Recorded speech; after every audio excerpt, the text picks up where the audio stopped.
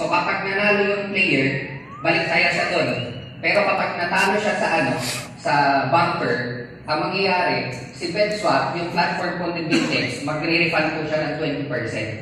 Kasi yun po yung exclusive na partner ni GameX, si BetSwap. So si BetSwap, lahat ng talo ng AI doon, nagre-refund siya ng 20%. So nagre-rebate lang ulit yung AI dyan. So ang key point ng laro nito, yung cashback, yung 20%.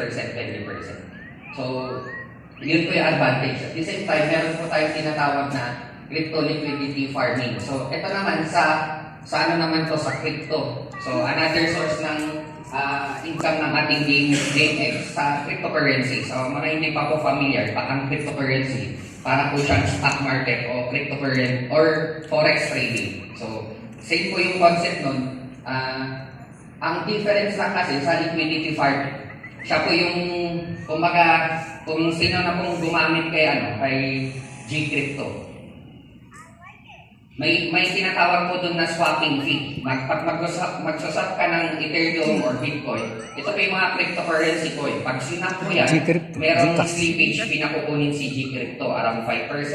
Something na depende sa platform. Yung iba, 10%, yung iba 3% lang. Ang liquidity farming, pag may bagong token po na i-release sa mga crypto wallet, lahat na magsaswap doon, kung anong coin man yan, halimbawa, Bitcoin, pag magsuswap siya to USDT sa MetaMask, yung isang familiar na wallet, pag ang ginagawa ni GameX, siya yung mag-i-input ng liquidity, siya yung magpopondo ng US dollar. So pag may magpo-convert ng Bitcoin niya, ang kikita dun sa slippage fee or yung 5%, 3% or any kita po ng GameX yun. So kung gusto niyo po ng in detail po na explanation nito after po ng seminar, pwede po kayo lumapit dun sa nag-invite sa inyo.